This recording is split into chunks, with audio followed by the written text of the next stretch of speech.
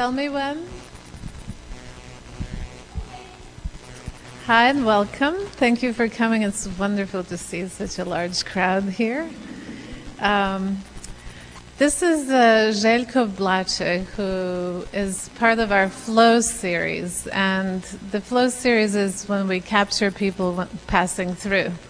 And Zeljko is passing through from Croatia via New York and basically touring the States. He's actually from Croatia, maybe not originally, but that's a complicated story that I won't go into.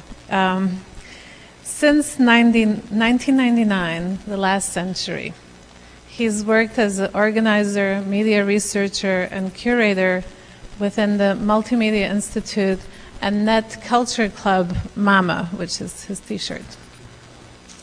Blace is on the editorial staff of La Binari newsletter and has written for cultural magazines such as UMELEC in Czech Republic and Springer in Austria.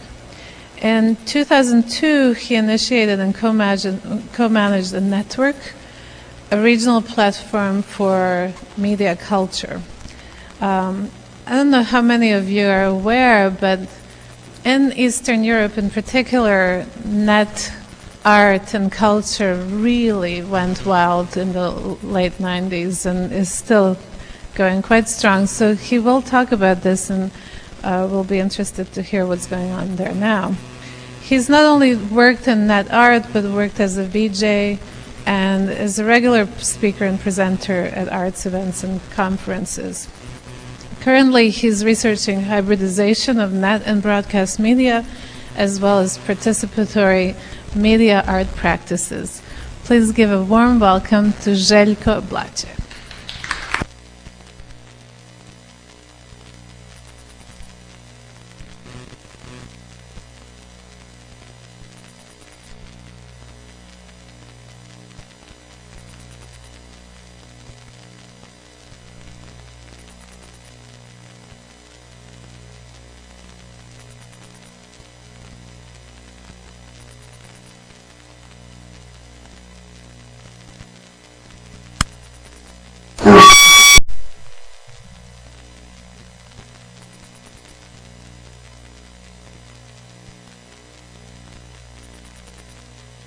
Okay. Thank you very much. Take two. You're welcome. So take two. So thank you for having me here. Thanks, Carol, for organizing the presentations. And I would really like to thanks to ArtsLink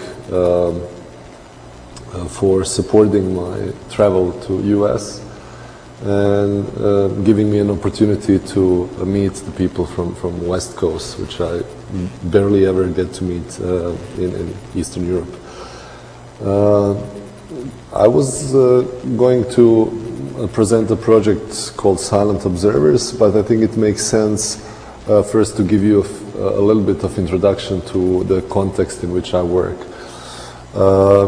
So Multimedia Institute is the organization for which I worked for about 6 years now, and it's kind of an odd cultural institution. It sounds academic because of the institute part, but it's actually kind of more grassroots organization that works through this public space called Net Culture Club MAMA, and we also have a media lab and organize different events, one of which is the annual computer arts exhibition that we organized for so far, and kind of partner with different curators or organizations in producing this.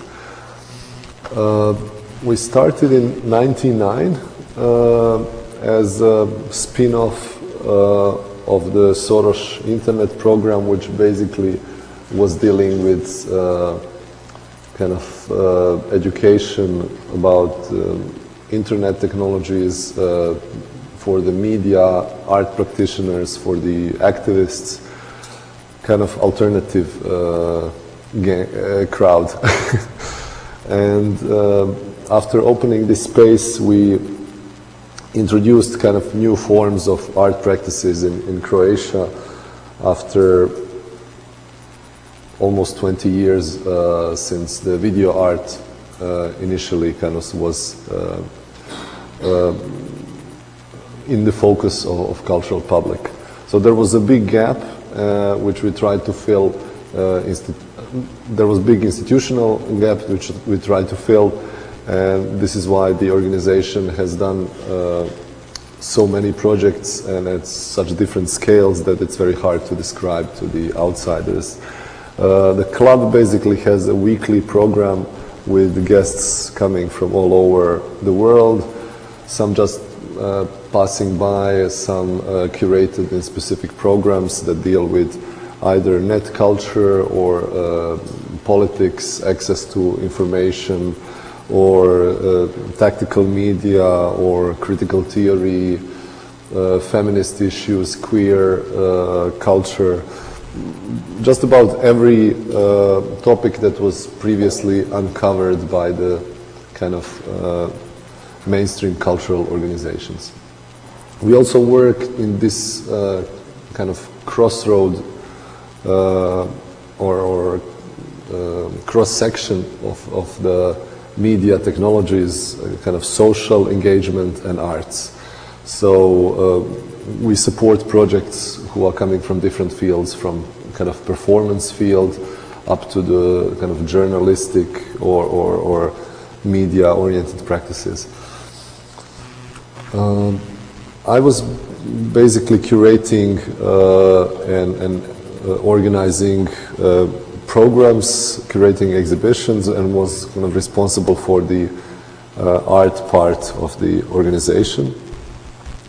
And you can see we had like the usual suspects: Ricardo Dominguez, Timothy Druckery, Casper Strucker, Institute for Applied Autonomy, and many others presenting there.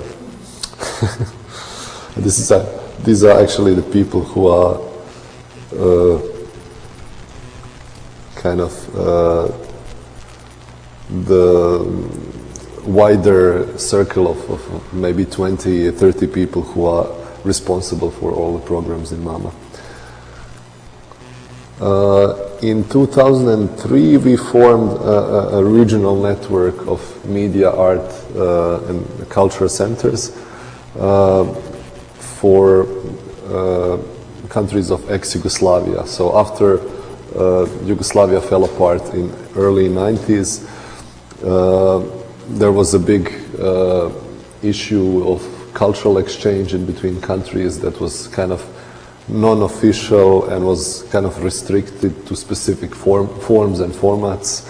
And we tried to break this and support each other's, because all of the four organizations, KUDA in Serbia, Ljudmila in Slovenia, Multimedia Institute us in Zagreb, and Proba in Bosnia, were kind of same scale organizations that had up to 20 people at most, that had this kind of NGO background, non-profit work, but in the same time they had to deal with commercial commissions in order to sustain their media labs, and also work with artists and support the kind of activists or kind of political work. So if you are able to travel to Eastern Europe and you are an artist and interested to present your work or even to produce your work, I would recommend you to look up this website and check who does what and what would be interesting places to see.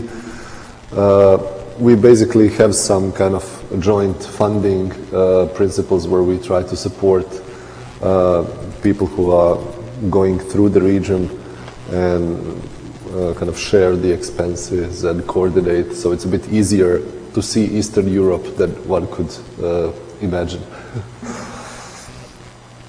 Actually, that one could imagine anywhere else in Europe. I think very few organizations go so far. Yeah.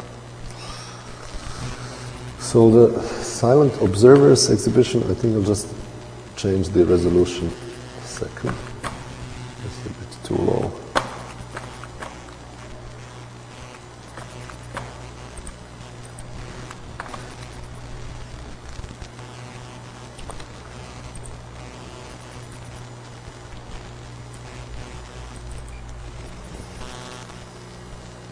This catches on.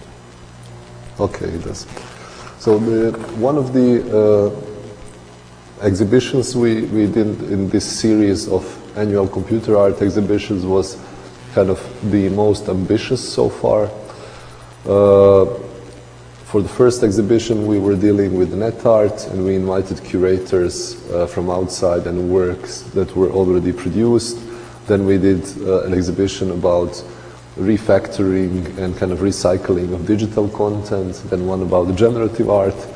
But Silent Observers was the first exhibition where we actually took effort to produce new works and did the project basically from scratch, from the early discussions about how to present streaming media up to the point of exhibiting it, and then finding a partner in USCD and through Carol with other individuals there. In 2002 I was a resident art fellow at the Thing in New York. I don't know if you're aware of the work of that organization. They are kind of very prominent in net culture, and during this month we had an intensive kind of discussions with Wolfgang Stehle, who is the founder, Nathalie Janko, who was on the board of the Thing, Timothy Drakery, who also was one of the board members, Ted Byfield, Ricardo Dominguez, just like a bunch of different people who were working primarily in the field of network culture, but occasionally they would have their work presented in exhibitions and larger shows, and it was kind of a polemic how to make a successful kind of representation, or how to contextualize something that's exclusively kind of network artifact, or how to present the context of collaborative work in a gallery space. So from these discussions, and from discussions about the failure of this big bubble of media, broadband media that was pushed by the industry in late 90s, we kind of developed the initial idea to do an exhibition of video streaming, because the streaming practice was kind of deflated enough from this hype. A lot of works who were interesting were not presented accordingly in this previous period, so we thought it would be interesting to try to set it up again and kind of reflect on the things that were happening in 90s, but also to produce new works that would be more sophisticated, that would kind of deal with the language, specific language of streaming media. So we didn't want to do performances that were streamed, we didn't want to do video conferencing, we wanted to make the works that would really be about video streaming, and that would kind of deal with this format and with context around observations and webcams and kind of distributed networks. So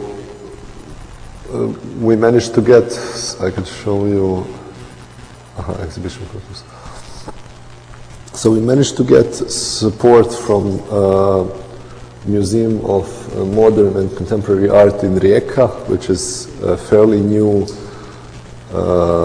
with a new manager who was interested in more experimental work and more kind of challenging exhibitions. Basically no one curated streaming media before. There was no shows that were dedicated to this specific media. It was very hard to find a place that would infrastructurally support such exhibition, and we were lucky to have the academic network in Croatia, one of the nodes just under the gallery space, so we were able to have this access to resources which were otherwise unavailable in galleries. And the works that we presented were done by we had four different projects. One of them is, can you play the video, DVD? One of them is... Whenever you're ready, I have to switch over. Okay, no. One of them is by Wolfgang Stehle, who is the founder of The Thing. And unfortunately, this work is supposed to be kind of... We all go like this. Yeah, you should all go like this. Because it should be set up vertically. So Wolfgang is an artist who is coming from the kind of New York scene of late 70s, and he worked through 80s as kind of more conceptual artist who worked with photography as primarily as media, and became this major figure as organizer for the net kind of scene. He set up the first art servers in New York with The Thing, supported galleries and magazines like Art Forum to be online. And net time mailing list was served first initially in The Thing. And basically all of his work was highly related to new media, but he had continuous interest in the kind of aesthetical issues around media, and he was never fascinated by technology itself, but kind of was more eager to kind of use the simple technologies to express his interests. And through 90s he made a series of webcams that he set up around the world, tracking the changes in urban environments. So he's had these urban scapes in gallery exhibitions with giant projections, one next to each other, and what one would feel as soon as they would enter the space is that there was this monumental notion of kind of displacement and kind of translocal experiences from European cities like from Berlin and New York, and I think there was a work he did in UK. So he was rather than producing kind of interactive works, he was making this large-scale projections of real-time video streams. And one of the biggest and well-known, best-known works of his was when he exhibited at the Postmasters Gallery on 8th of September 2001.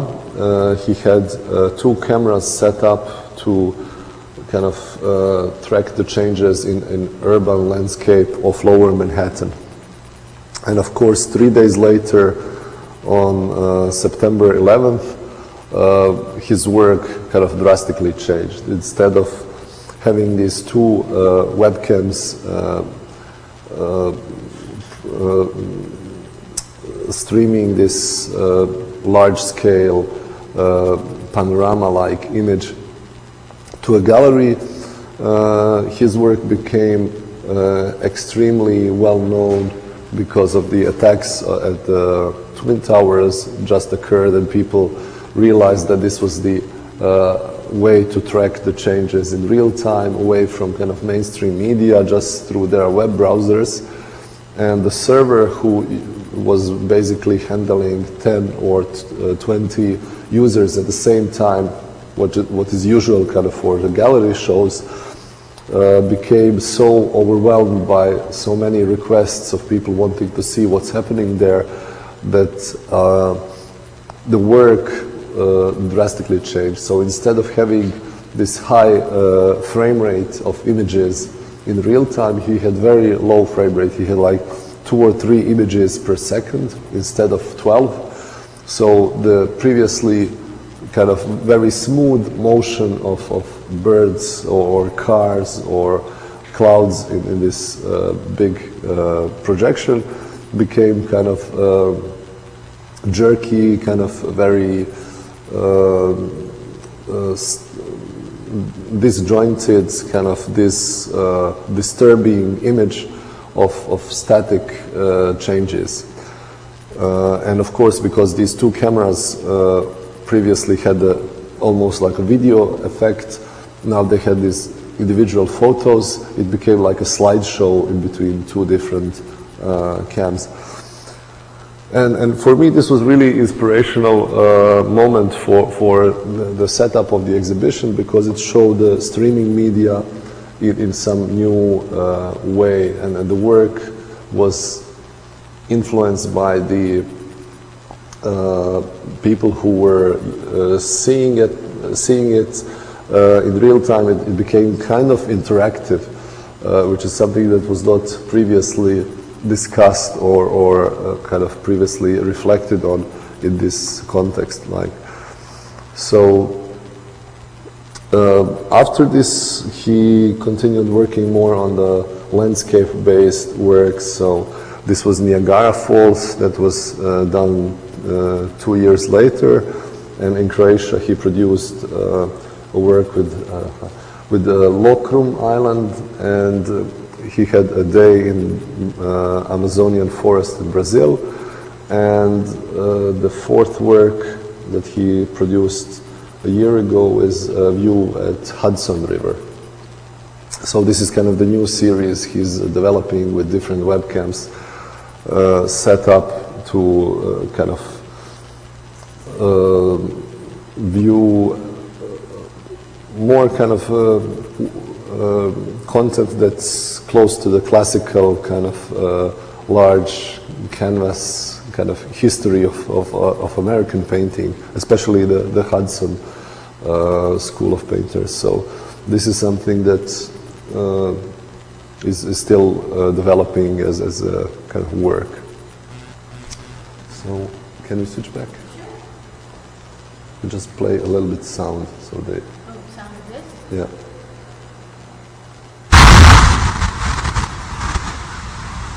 So keep it on. Yeah.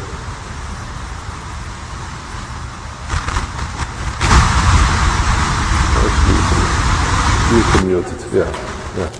I just thought they would see it first.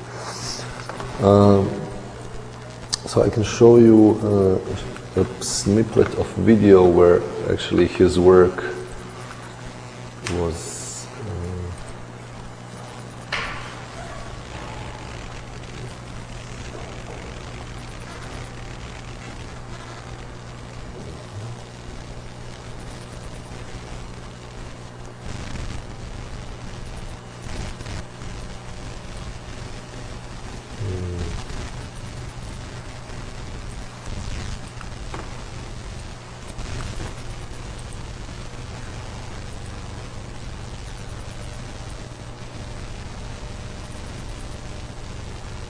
Just a sec.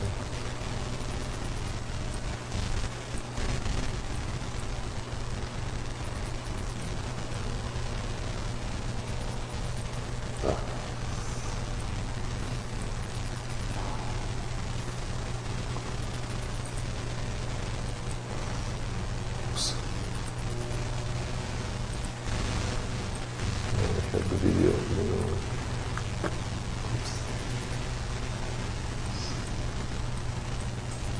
It's a bit tricky. I think the video overlay doesn't work on a second.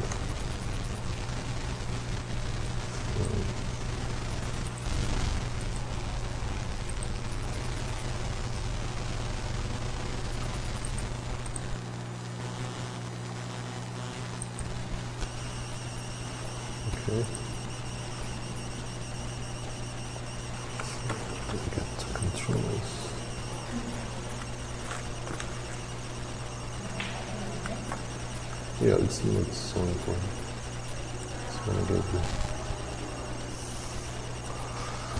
So, so this is just a short video report by Croatian TV of the show, but trying to figure out.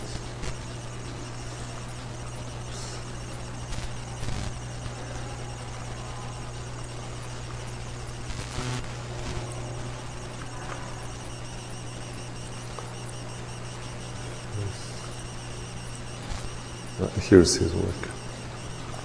So unfortunately, the opening of the show was very late, so you can't see the island that he was streaming the image from.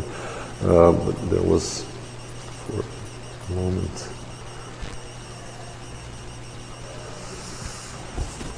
Anyway, so his work was kind of specific in terms compared to other works, that it's basically approaching media in kind of totally different, with totally different standpoints from the other artists. The other work that were produced were either more technologically challenging or more kind of socially interesting. So there was a work by Casper Strucker, who is the German-born artist who's living in New York, and he produced this originally as an installation at IBM during his residency, where he connected two different cities that had some resemblance in kind of urban atmosphere in setup, and presented the full panorama videos by taking the source material from the rotating camera and then projecting this material to the rotating screen. So you have two different locations with the cameras that spin one circle a minute, and you have a video screen, well actually a projection screen that has two projections, one on each side, and that spins around its axis. And the result of this is that once a person comes in to the exhibition space and in this kind of corridor-like setup, you have to start moving with the projection screen, and then you basically see this movement of camera as a change of the perspective point of the viewer. So it kind of becomes really subjective and intimate experience rather than just kind of a static observation of something, what's happening in the space. So for the exhibition, we tried to match two public spaces, one in Rijeka, which is the city where the exhibition was organized in Croatia, and the other in San Diego.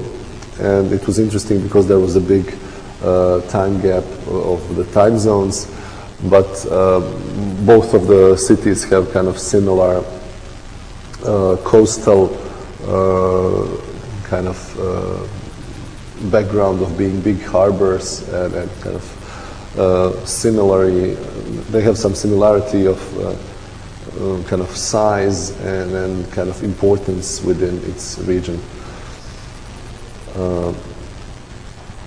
It's a bit easier to see how the work is actually set up in video rather than following my description.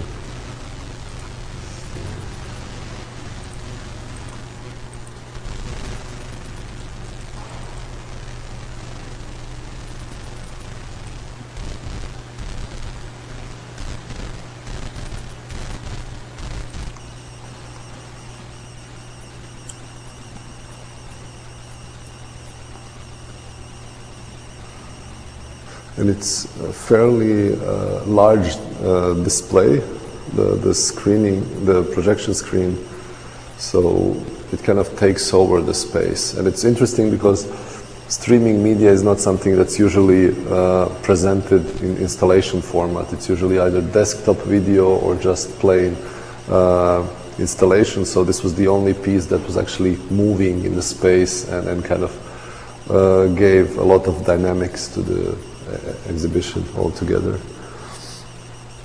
What he is looking forward in the future to find is to pair up cities that have kind of a significant, here you can see the setup with two different laptops getting the signal in for the screen rotation. This was the opening night, so we didn't really make it really clean. It was a bit last minute setup. This is a bit too high. So this is a stream from San Diego, and when you would take it for a full spin. It was also interesting to see how people relate to the camera. Like in Rijeka, people would just wave at the camera and would stop by to ask questions. In San Diego, I think very few people stopped by, but police officer came almost instantly. He wanted to have advice on what camera to buy. He was not harassing me. Yeah, I remember we were so, because we were chatting at the, I can show you this image maybe, with Carol trying to organize these things. It was really, yeah, here. So it was kind of interesting that we didn't know what's happening on the other side. We just saw a policeman near Carol, and we were thinking, oh, if he confiscates the equipment and we have the exhibition opening in like tomorrow, it would be really bad. Yeah, but it all worked out okay. So this was the exhibition just 2 days before. The third work, Last Clock, which was kind of interesting because it's very interesting because the work was originally produced as a media design piece by these two artists who were studying at the Royal College in London, and basically it consists of software, the custom-made software that displays the video footage coming in from either video stream or from the camera that's at the installation, where the installation was set up, and it displays it in 3 rings using this metaphor of a clock. So I'll use their website actually to present this. It's a bit nicer.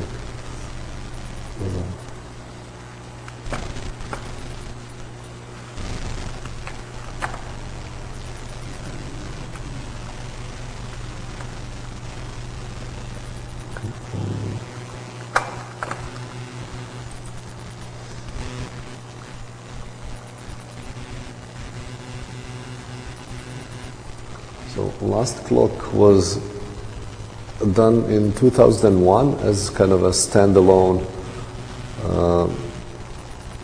installation, but then for the exhibition we tried to have more of the installations presented using the video sources from different time zones, so that the metaphor of a clock and real-time kind of streaming would be more obvious to the spectators, for the exhibition visitors.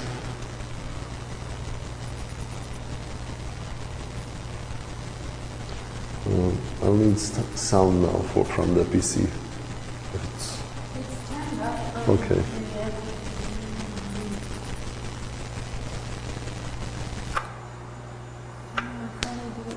It's supposed to go on the headphone, right? I think so, yeah. Can you turn it up on yours? Yeah, just a second, I'm waiting it for. Maybe it works. I just didn't start playing stuff.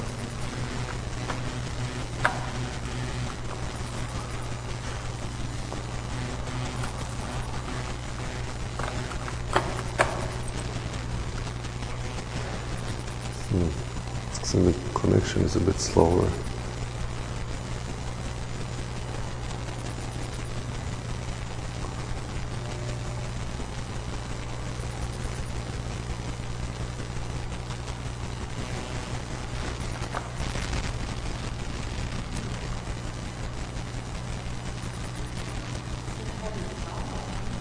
It's, I think, 12 megabytes. It shouldn't be so.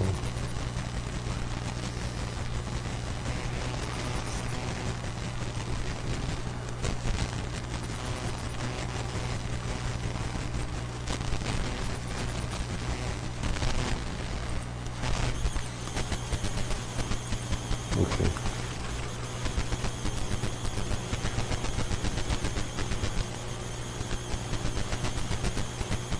It should be playing some sound now.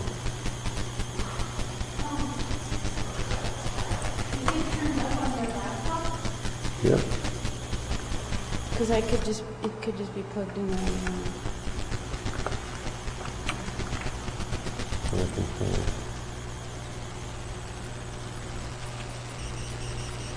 Yeah, neither of the videos.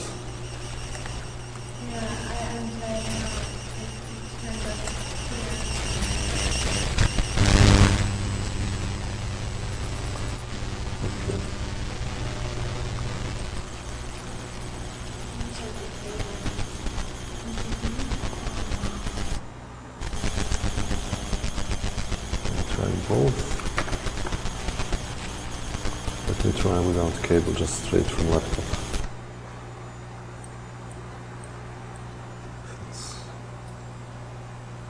Should be playing. Clock, that is a trace of what has been happening in front of the camera. Currently the camera is looking at the entrance hall of the exhibition. Now if you watch the second hand, as I move in front of the camera, you should be able to see a trace image of me left behind. You see Anglesova, who is a Finnish artist, but he is working... The same video feeds all three hands, and because they move at different speeds, in the outer ring you can always see the last minute of the space. In the middle ring you can always see the last hour of the space going back this way. And in the inner ring you can see the last 12 hours of the space. It's coming back from here. Once Blace has been running for 12 hours, you end up with an easy-to-read mandala of archived time. This is the image from a camera looking at Thomas Street in Dublin. The time is 7:10 AM. The dots of white are from car headlights. Now, if we speed up the clock, we can watch the next 2 hours in 10 seconds. Now it is 9:20 AM. In the outer ring you can see individual cars and lorries. In the middle ring you can see the density of traffic over the last hour. In the inner ring you can see when dawn broke at around 8 AM. The last can be fed by any live video source. For instance, here the video feed is from the television channel BBC 2 on Saturday the 15th of June 2002.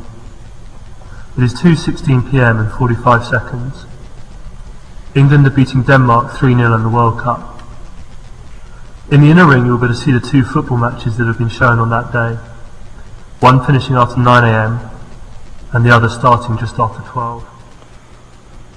Before 6 AM you might be able to see the slivers of bright blue. Source material for this work we approached three different kind of locations, three different groups in Riga, in Barcelona and in Bristol, who made really strong contributions to the kind of European streaming media art scene.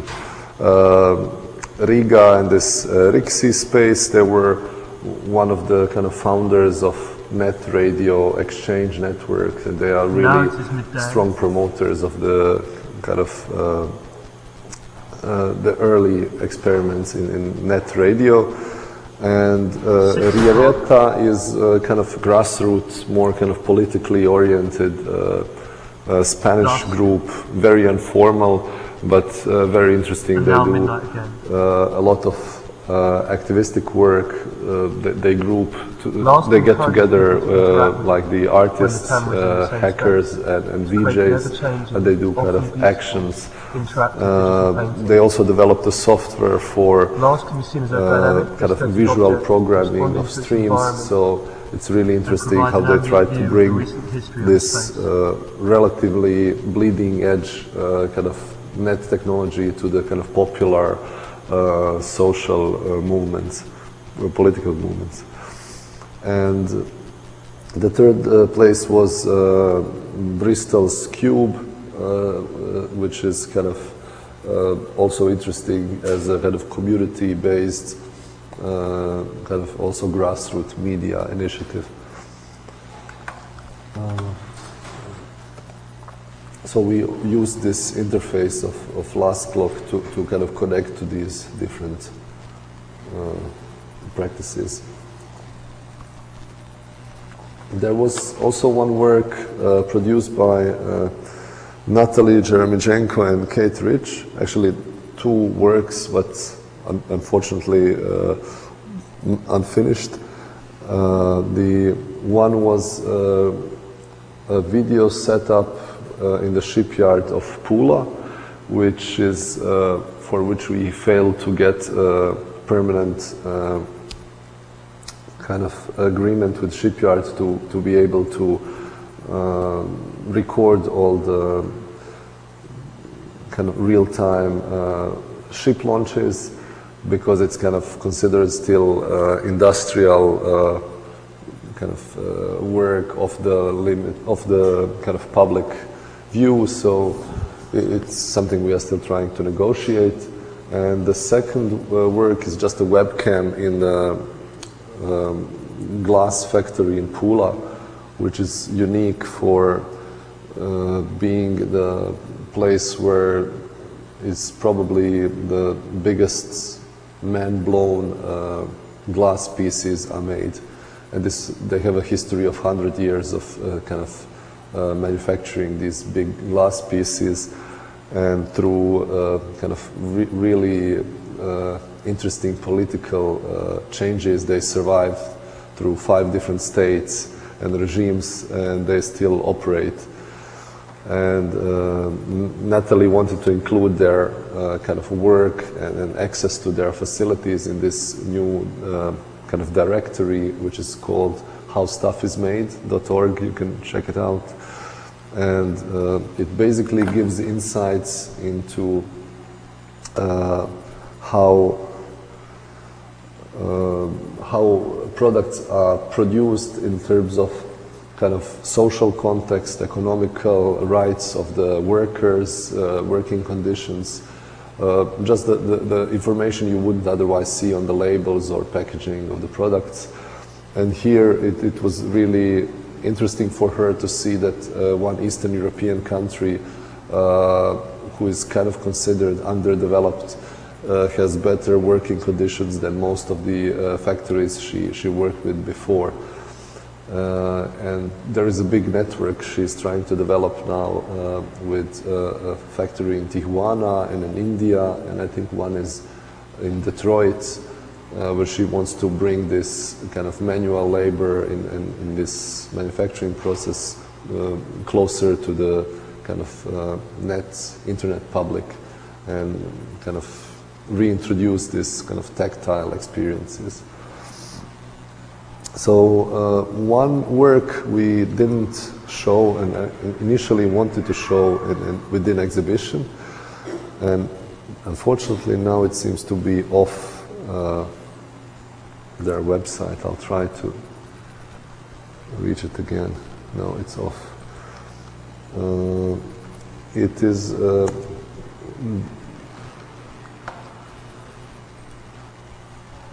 so it's basically not artistic work, but work of hackers who bridged two sides of Gibraltar. How do you say, Gibraltar or Gibraltar, where the coast of Africa almost touches the Spanish coast, and it's very highly political, like Tijuana and San Diego, like very important border, because this is the only place in Europe where people try to immigrate in Spain, and they have a support of the local population, so they are not treated as kind of illegals or something. Only state and police, of course, treats them as illegals. So in late 90s and up to 2 years ago, there were thousands of people trying to get across the border to enter the EU from Africa, and now these kind of this water line has been very much surveilled and controlled, so it's no longer an option for people to immigrate. They did a conference in 2004 with both sides engaged, and they did a video link in between that used just the wireless. They didn't want to use the infrastructure of the telecoms, they wanted to set it up themselves. So it was kind of unique technological experiment, but actually one of the aesthetical results was really interesting, that the video stream was broken not by interference like the usual interference of slow networks or lack of bandwidth, but by these physical objects of these big ships going through in between Gibraltar. So I thought it was really interesting to present this project in this context where this army, not cruisers, but the ships, Navy ships would be those who are responsible for the bandwidth clog or for the lower resolution or something like this. Yeah, but because work is highly political and we couldn't get them to come for the exhibition opening, we kind of left it out for this time and tried to include it in future presentations of the exhibition. And how is this not an art project in relation to the others? It was not intended or articulated as such, I think. Yeah, for me also, I mean, I don't mind including them. It's just that it's a bit more tricky because it doesn't have any strategies for display or communicating to others. It was just work that was done at that point. So it's in that sense, it's a bit radical to be, and I wouldn't mind displaying it if the authors would be around to be consulted and to see it. So they continued working in this field, and they're a really interesting group. They're called, this place is called Rijeka. It's like Mama in Zagreb, but the group is called Architectura, and it's kind of made of different hackers, or people interested in urbanism, in social activism, and kind of electronic media, digital culture.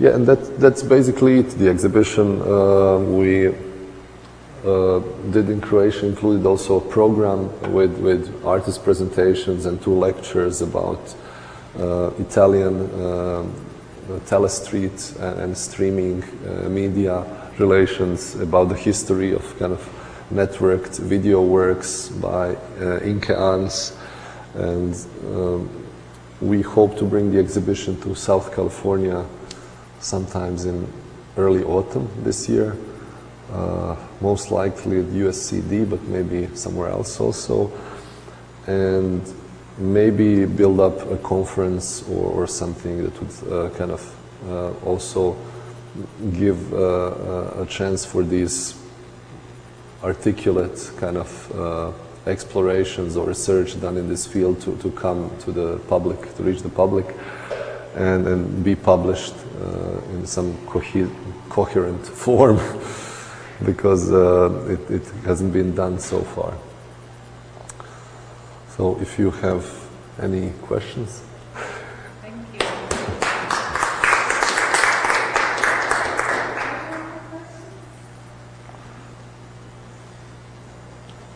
Then we are off for lunch.